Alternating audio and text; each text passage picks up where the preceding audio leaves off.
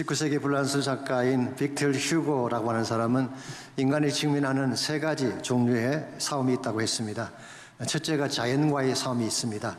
두 번째는 역경이나 인간 사이의 싸움이 있죠. 대표적인 것이 전쟁입니다. 그리고 세 번째가 자신과의 싸움인데 빅터 휴고는 그중에 가장 힘든 것이 자신과의 싸움이라고 했습니다. 왜냐하면 싸우면 싸울수록 질 수밖에 없는 것이 자신과의 싸움이기 때문이다. 그렇게 설명을 했습니다. 자신과의 싸움이라고 하는 것은 보이지 않는 적과의 싸움이기 때문에 결단코 쉽지가 않습니다. 더구나 우리 안에 존재하고 있는 욕망이나 유혹의 파워라고 하는 것이 생각보다 강한 것이기 때문에 단순한 의지만으로 그것을 이겨낼 수가 없습니다. 미국을 대표하는 강의 설교자 중에 한 분이 척 스윈돌이라는 목사님이시죠. 작년도에 90세의 나이로 은퇴를 하셨습니다마는 Insight for Living이라는 유명한 방송 프로그램이 있습니다. 수많은 사람들이 그분의 말씀을 듣고 말씀의 진술을 맛보게 했던, 저도 개인적으로 그분의 설교를 많이 듣고 영향을 받은 사람 중에 하나라고 말할 수 있습니다마는 참 훌륭한 말씀 사역자였는데요. 이번에 한 가지 문제가 있었습니다. 그 문제가 뭐냐고 하면 도넛을 너무 좋아하신다는 거예요. 크리스피 크림 도넛 너무너무 좋아하셨어요. 근데 아시는 대로 그것은 몸에 좋지 않은 것 아닙니까? 저희 가정에서는 오래전부터 금지 품목으로 지정이 돼서 제가 먹을 수 없는 품목입니다만은 척 스윈돌 목사님도 어느 날 이것을 끊겠다고 단단하게 결심을 했습니다. 그리고 그 다음날 차를 타고 오시는데 도넛 가게를 지나가는데 그냥 지나칠 수가 없었어요. 늘 가던 가게인데 어떻게 지나칠 수가 있겠어요. 그래서 가게 앞까지만 가자 그러고 갔는데 내리고 싶은 것입니다. 근데 마침 그때 파킹할 자리가 하나도 없었어요. 그러면 돌아갔을까요? 돌아가지 않습니다. 도넛 가게 주변을 한 블락을 돌아보자. 그래도 파킹 자리가 없으면 가자. 그리고 한 블락을 돌았는데 역시 파킹 자리가 없는 것입니다. 그럼 이제는 돌아갔을까요? 그렇지 않습니다. 두 블락을 돌고 세 블락을 돌고 네 블락 떨어진 곳에 파킹을 하고 드디어 도넛을 사셨다고 하는 그런 고백을 오래전에 들은 적이 있습니다.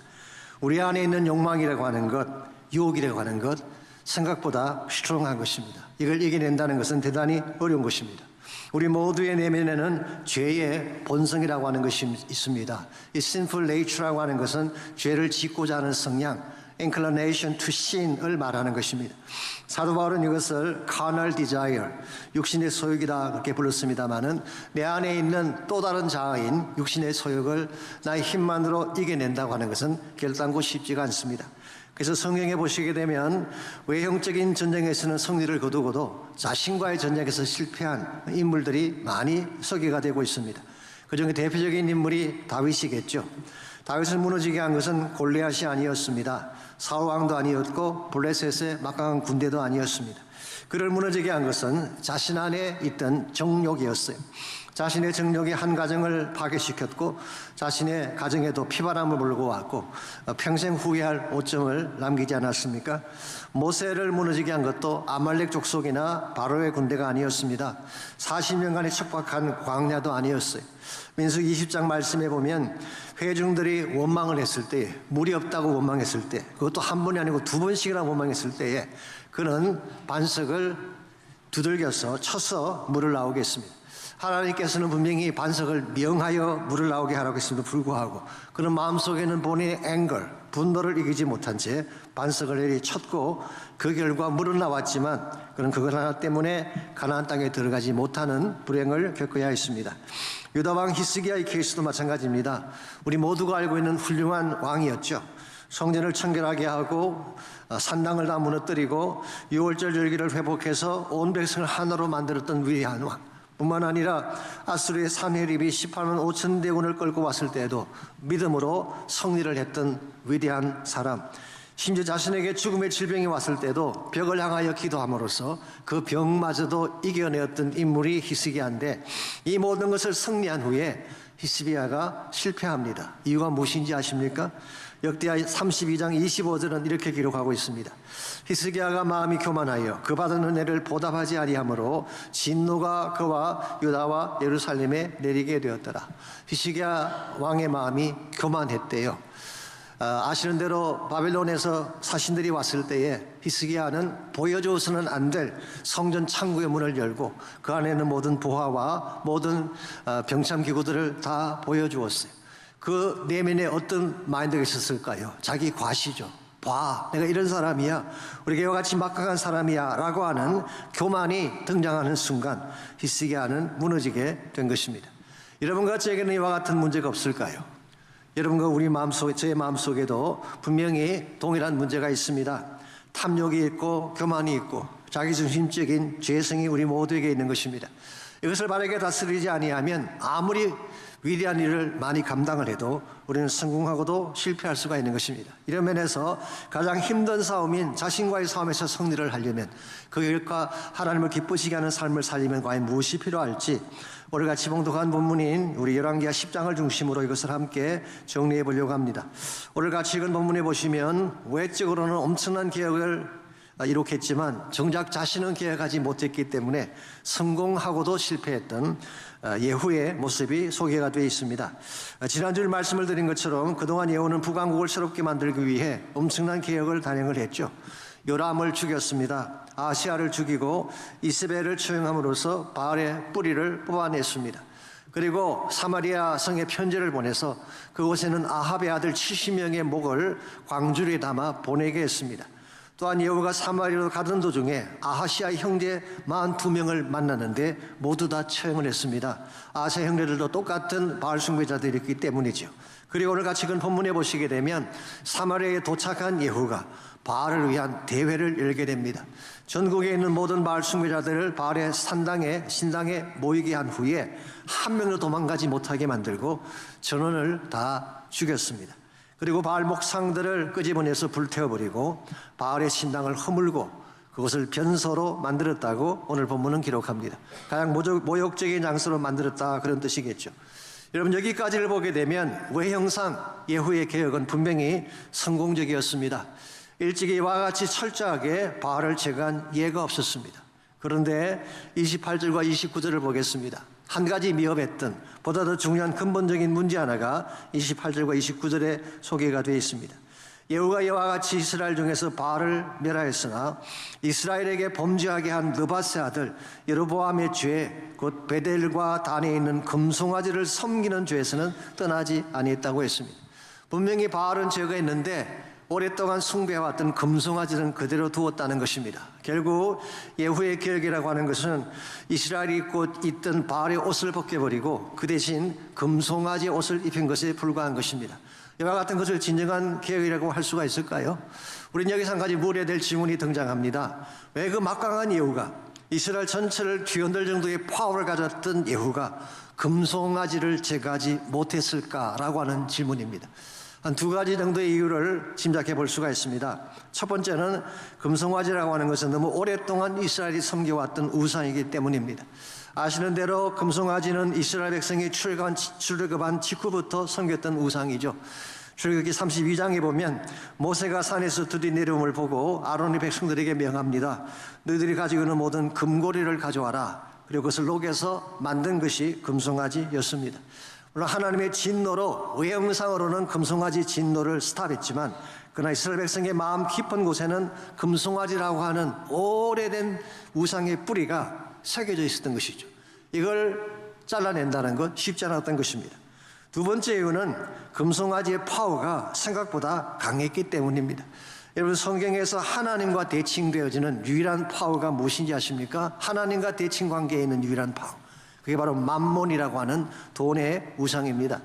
마태복음 6장 24절에 보시면 예수님께서 직접 이렇게 말씀하셨어요. 한 사람이 두 주인을 섬기지 못할 것이요 하나님과 재물을 겸하여 섬기지 못하느니라. 너희들이 두 주인을 섬기지 않는다가 아니라 You cannot serve both. 섬기고 싶어도 둘 다 섬길 수 없다는 거예요. 얘들 하나님이든지 아니면 맘몬이든지 선택해야 될 정도로, 이 정도로 예수님께서 하나님과 대칭될 정도의 파워로서 유일하게 소개된 대상이 금이라고 하는 맘몬이라는 우상이었습니다. 솔직히 지금 미국을 움직이고 있는 힘이 뭐라고 생각하십니까? 여러 가지 많은 것들을 나열할 수 있겠지만 근본적인 것은 돈이에요. 돈이라고 하는 것이, 물질이라고 하는 것이 미국의 중심을 흔들고 있습니다. 그래서 뉴욕의 월가에 가시면 어떤 모형물이 있나요? 뉴욕 정권 거래소 앞에 청동으로 만든 황소상이 세워져 있습니다. 찰징 볼이라고 해서 무게가 7,000파운드나 되는 거대한 스태츄가 뉴욕 정권굴에서 앞에 있습니다. 이것이 미국 금융시장의 상징입니다. 심지어 그것을 만지면 재력의 행운이 찾아온다고 해서 황소상의 일정 부위가 뺀질뺀질하다고 합니다. 어느 부위인지 확인하고 싶으시면 직접 가서 보시길 바랍니다. 요즘은 황소의 목에다가 비트코인으로 만든 목걸이를 걸어 놓았다고 하는데요. 이만큼 미국을 움직이는 가장 중요한 파워가 금송아지예요. 오늘 본문에 예후가 빠졌던 트랩이 바로 이것인 것입니다. 다른 것은 다 제거했지만 금송아지만은 지울 수 없었던 이유는 그 마음 중심에 만몬이라고 하는 우상이 자리 잡고 있었기 때문입니다. 이것이 그의 개혁을 줄반의 개혁으로 끝나게 한 원인이라고 볼 수가 있습니다. 오늘 여러분과 저에게는 이와 같은 문제가 없을까요? 외적인 문제는 잘 감당해내면서 다른 공격은 잘 견뎌내면서도 정작 자신 안에서 일어나고 있는 욕망을 해결하지 못해 유혹의 문제를 다루지 못해 패배하는 케이스가 없을까요? 여러분과 제가 내 마음속에 있는 이 근본 자아의 문제를 이겨내지 못하면 아무리 다른 것을 개혁해도 진정한 차원의 변화를 경험할 수가 없습니다. 그러므로 내 안에 있는 나라고 하는 문제, 내 마음속에 내재하고 있는 desire, sinful desire를 잘 처리해내지 아니하면 결단과 하나님이 기뻐하는 바른 삶을 살 수 없는 것입니다. 우리가 어떻게 하면 내면의 유혹을 이기고 자신과의 싸움에서 승리함으로써 정말 하나님이 기대하시는 기쁜 삶으로 나아갈 수 있을지 오늘 본문에 소개된 예후의 케이스를 통해서 자신과의 삶에서 승리하는 세 가지 비결을 함께 나누어 보려고 합니다. 첫 번째로 내면의 유혹을 이기고 승리하려면 순수한 열정이 필요합니다. 이 pure한 desire죠. 내 마음속에 순수한 열정이 있어야지 이것이 불순한 열정이 되면 바른 승리를 할 수가 없습니다. 여러분께서 예후에 대해서 이렇게 쭉 보시면 아시겠지만 예후는 성격이 strong했어요. 아주 열정적인 그런 인물이었던 것 같습니다. 그래서 지난주에도 제가 그가 병거를 몰 때 아주 crazily, furiously, he drive it furiously 그런 표현을 썼는데요. 병거를 몰 때도 그냥 몰지 않습니다. 아주 열정적으로 몰았던. 그래서 이와 같은 열정과 수용한 캐릭터가 있었기 때문에 그는 거침없이 개혁을 감당해왔고 자기 방식대로 개혁을 추진해서 많은 성과를 거둔 것입니다. 그런데 그의 내면 속에 자리 잡고 있는 개혁의 동기마저도 정말 순수한 것이었을까요? 아닐 가능성이 많습니다. 15절과 16절을 잠시 보시면요. 그가 사마리아로 오는 도중에 레갑의 아들 여호나답을 만나게 됩니다. 여기 아들이라고 번역한 것은 자손으로 보는 것이 더 옳겠습니다. 레갑이라는 이 자손은 족속은 원래 겐 족속이었습니다. 그런데 모세의 장인이 겐 족속이었죠. 그래서 이스라엘이 출애굽할 때에 그들이 이스라엘 백성과 함께 대열에 조인을 하고 가나안 땅까지 들어온 사람들이 레갑의 자손들입니다. 나중에 좀 더 자세하게 말씀을 다시 드리겠습니다만은 이들은 가나안 땅에 들어온 이후에 농사를 짓지 않고 광야로 나가서 목축을 했습니다. 기득권에 기대지 아니하고 철저하게 바알을 배격하며 순수하게 하나님만을 섬기기를 원했던 피오리스트, 이 사람들은 레갑 족속이에요. 그러므로 여호나답이 예후와 함께 손을 잡고 이 바알 척결하는 개혁에 동참을 하는데요. 이유는 딱 한 가지입니다. 바알을 척결해야지 다시 이스라엘이 순전한 하나님 백성으로 돌아갈 수 있기 때문에. 그러므로 여호나답의 마음속에 있던 동기는 순수했던 것 같습니다. 그런데 예후의 동기도 그랬을까요? 16절을 같이 보겠습니다. 이르되 나와 함께 가서 여호와를 위한 나의 열심을 보라 하고 이에 자기 병거에 태웠다고 했어요. 예후가 여호나답을 만났을 때 나의 열심을 보아라. Come with me, see my zeal for the Lord. 여호와를 향한 나의 질, my 질, 나의 열심을 보라고 했습니다. 이 말을 조금 풀어 설명하면 이런 의미입니다. 날 따라와, I'll show you something. 앞으로 내가 해야 될 위대한 개혁을 내가 보여주마. Come with me 라고 초청을 한 것입니다. 여러분, 이 표현 속에는 다분히 자기 과시적인 자세가 담겨져 있습니다. 우리가 무슨 일을 하려면 열정이 필요하죠. 열정 없이 어떻게 위대한 일을 해낼 수가 있겠어요. 그러므로 we need passion. 우리에게 열정이 필요합니다. 그런데요, 그 열정이 자신에게서 시작된 열정이 되면 위험할 수도 있다는 거예요. 잘못된 결과를 낳을 수도 있다는 것입니다. 첫 번째로 자신에게서 시작된 열정은 자기중심적이 될 가능성이 많고 업적주의적으로 돌아갈 가능성이 많기 때문에 그렇습니다. 무슨 일을 하든지 자신이 있다는 업적 타령이 나올 수밖에 없는 것입니다. 두 번째로 자신에게서 시작된 열정은 한계가 있습니다. 자신의 열정만으로 정말 하나님이 기뻐하시는 사역 열매를 맺을 수가 있을까요? 특별히 심령을 변화시키고 영적 열매를 맺는데 나의 열정만으로 그것이 가능할까요? 결코 그렇지 않습니다. 하나님의 계획을 이루려면 나의 열정이 아니라 하나님의 열정이 있어야 되는 것입니다. 그래서 이사야 9장 7절은 이렇게 기록을 하고 있습니다. 그 정사와 평강의 다함이 무궁하며 또 다윗의 왕자와 그의 나라에 군림하여 그 나라를 굳게 세우고 지금 이후로 영원히 정의와 공의로 그것을 보존하실 것이라. 이 내용은 메시아에 대한 예언이죠. 장차 다윗의 왕국을 세우고 그 나라를 굳게 세우고 영원토록 정의와 공의가 다스리는 나라를 만들겠다. 이게 하나님의 메시아닉 비전이고 킹덤 비전을 말하는 것입니다. 그런데 이와 같은 하나님의 비전이 무엇을 통해 성취될까요? 만군의 여호와의 열심히 이를 이루리라. 인간의 열심이 아니에요. 여호와의 열심이에요. 만군의 여호와께서 품고 계시는 이 열심이 이와 같은 하나님 나라 비전을 성취할 것이라고 말씀하고 있습니다. 여러분, 인간에서 나온 열정만으로는 하나님 나라를 세울 수 없습니다. 우리가 아무리 열정적으로 일을 해도 우리의 열심만으로는 주님이 기뻐하는 열매를 맺을 수 없어. 그런데 하나님이 열정적으로 사역을 하시게 됩니다. 하나님께서 가지고 계신 열정의 핵심이 뭘까요? 하나님이 뿜어내시는 뜨거운 능력이 뭘까요? 궁극적으로는 성령의 능력을 말하는 것입니다. 성령의 능력이 함께할 때에 참된 변화가 일어날 수 있게 돼요. 그 결과 진정한 차원의 하나님 나라 계획이 성취가 되는 것입니다. 제가 페이트 훈련을 할 때 늘 드리는 말씀이지만 우리 힘만으로는 단 한 명의 생명도 구원할 수가 없습니다. 우리의 논리만으로 한 사람이 변화될까요? 변화되지 않습니다. 아무리 열심으로 논리적으로 설득 있게 설명해도 한 생명 구원할 수 없어. 언제 한 생명이 구원받게 되나요? 그 복음을 들은 사람 마음속에 성령이 함께할 때. 그러므로 거듭나게 하시는 영은 성령 하나님이에요. 성령께서 생명을 구원하는 것이지 우리 열심히 생명을 구원하는 것이 아닙니다. 하나님의 교회도 마찬가지입니다. 교회가 변화되는 것이 어디서 시작되어야 될까요? 성령께서 열정적으로 일하실 때. 양무리가 변화되고 사역에 변화되는 근본 능력의 원천도 성령의 열기가 덮을 때 가능한 것입니다. 그러므로 성령의 능력 없이 체계적으로 조직적으로 시스템만 가지고 하나님 일을 하겠다. 이건 겉모양은 그럴듯해 보이지만 실제적인 열매는 일어날 수가 없습니다. 우리의 마음이라고 하는 것이 교육만으로 바뀌어지지 않습니다.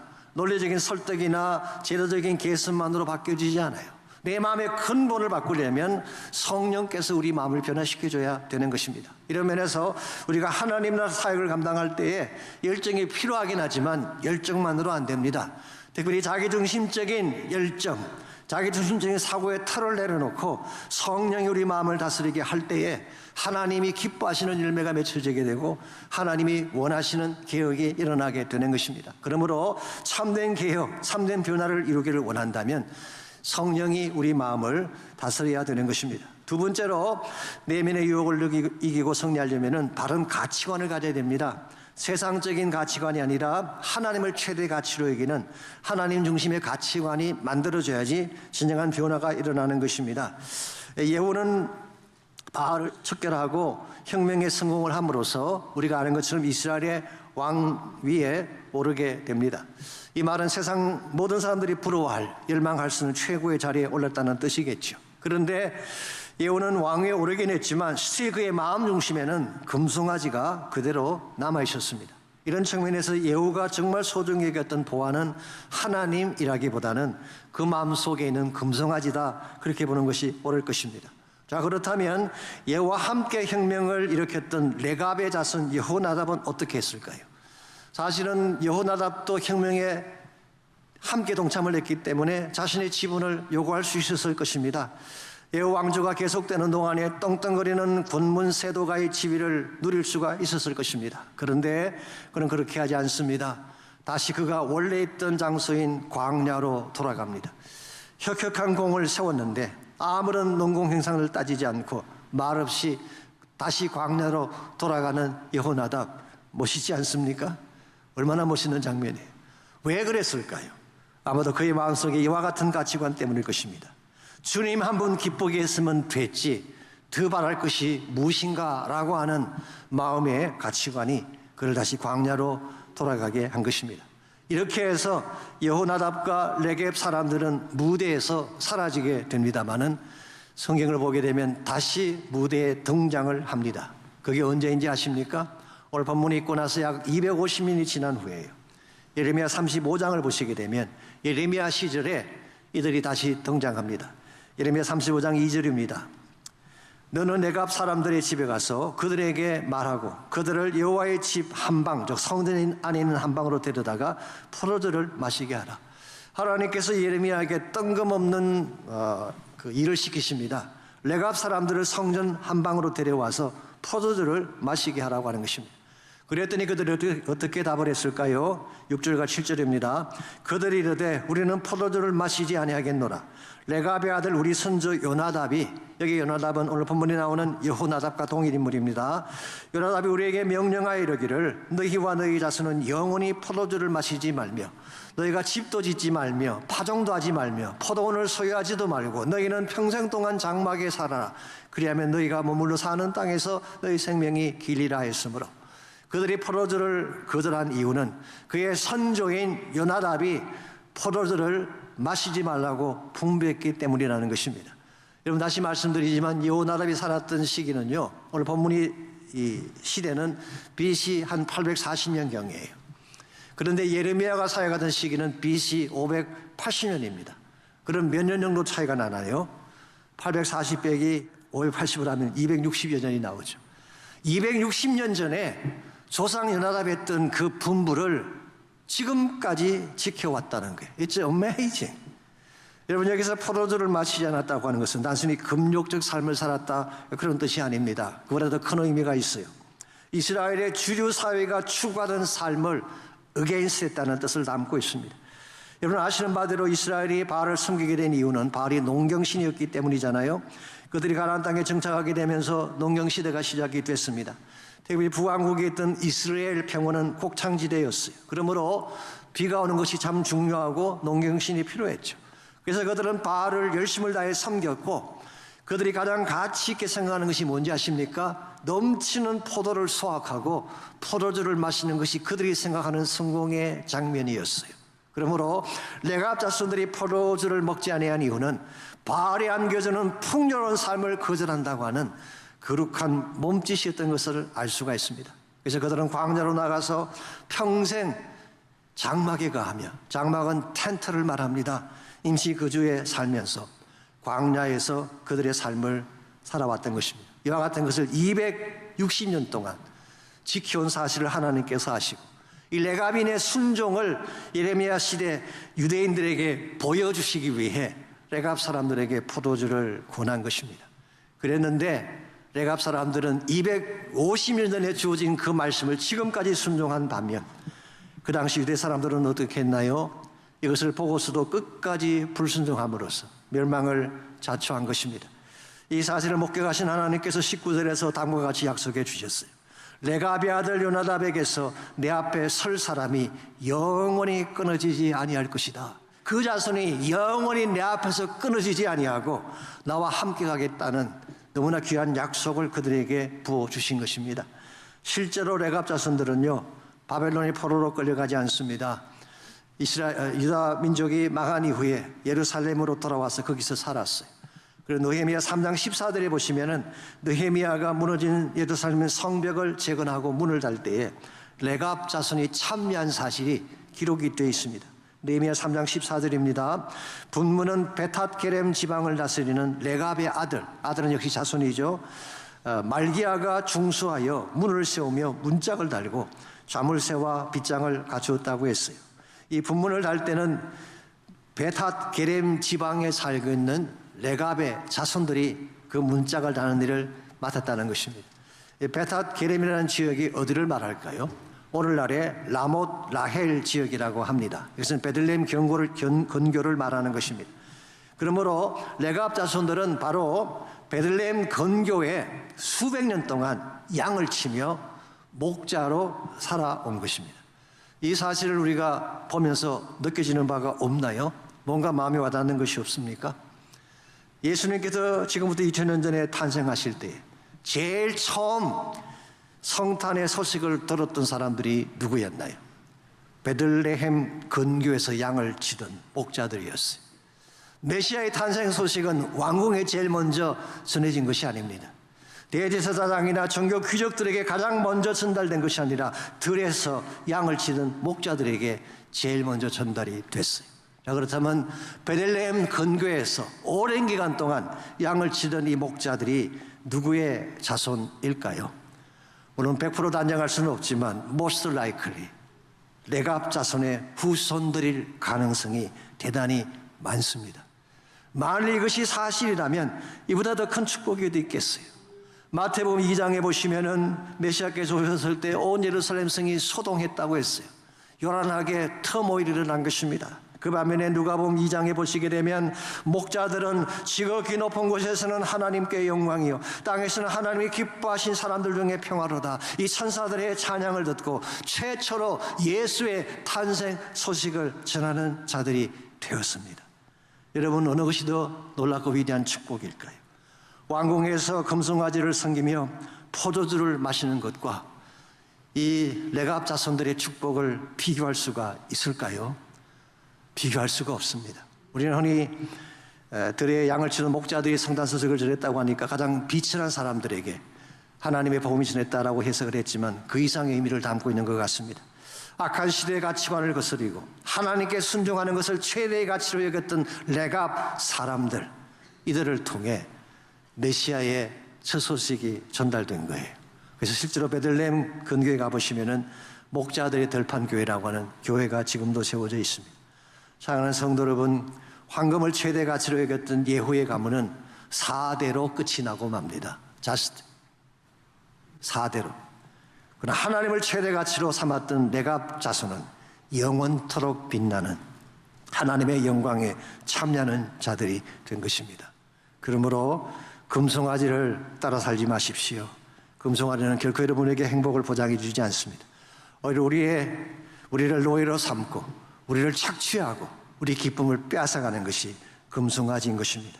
그러나 하나님을 최대의 가치로 삼는 자는 하늘의 별과 같이 빛난 인생을 살게 되고 하나님이 가장 소중히 여기는 존재로 살게 되는 거예요. 그래서 욥기 22장 24절에서 28절은 다음과 같이 기록하고 있습니다. 먼저 24절 25절입니다. 내 보화를 티끌로 여기고 오빌의 금을 계곡의 돌로 여기라. 그리하면 전능자가 내 보화가 되시며 내게 고귀한 은이 되시리니. 오빌의 금이라고 하는 것은 그 당시 고대 사회에서 최상의 금을 상징하는 것입니다. 가장 최고급의 금을 돌같이 여기라. 그리하면 전능하신 하나님이 너의 보화가 되신다고 하셨어요. 27, 28절입니다. 너는 그에게 기도하겠고 그는 들으실 것이며 너의 서원을 내가 갚으리라. 내가 무엇을 결정하면 이루어질 것이요 옛날 성경에는 내가 무엇을 경영하면 이루어질 것이라고 했어요. 내 길에 빛이 비추리라. 오빌의 금을 강가에 던져버렸더니 세상에 금송아지를 내려놓았더니 하나님이, 전능하신 하나님이 우리의 보화가 되어주시겠대요. 그리고 그분에게 기도하면 그가 들으시고 무엇을 경영하면 그 모든 경영이 이루어질 것이며 우리의 인생 앞길에 빛이 비춰지리라고 말씀하고 있습니다. 사랑하는 성도 여러분, 금송아지가 우리의 진정한 가치가 되어야 될까요? 전능자이신 하나님이 우리의 진정한 가치가 되어야 할까요? 우리가 금송아지를 내려놓고 하나님 한 분이 나의 최대 가치인 것을 선포하게 되면 우리 세대뿐 아니라 우리의 다음 세대 천대까지 복을 주셔서 하나님 영광 가운데 살게 하시는 것입니다. 이와 같이 우리가 우리 자신을 이기고 내 안에 있는 욕망과 유혹을 이기고 참된 성리를 이룩하려면 우리 마음속에 순전한 열정, 하나님 주시는 열정 혹은 성령이 주시는 열정이 필요합니다. 두 번째는 바른 가치관이 필요해요. 금송아지를 내려놓고 하나님을 최대 가치로 삼을 때 우리가 우리 인생을 변화시킬 수가 있는 것입니다. 마지막 세 번째로 유혹을 이기고 승리하려면 온전한 헌신이 필요합니다.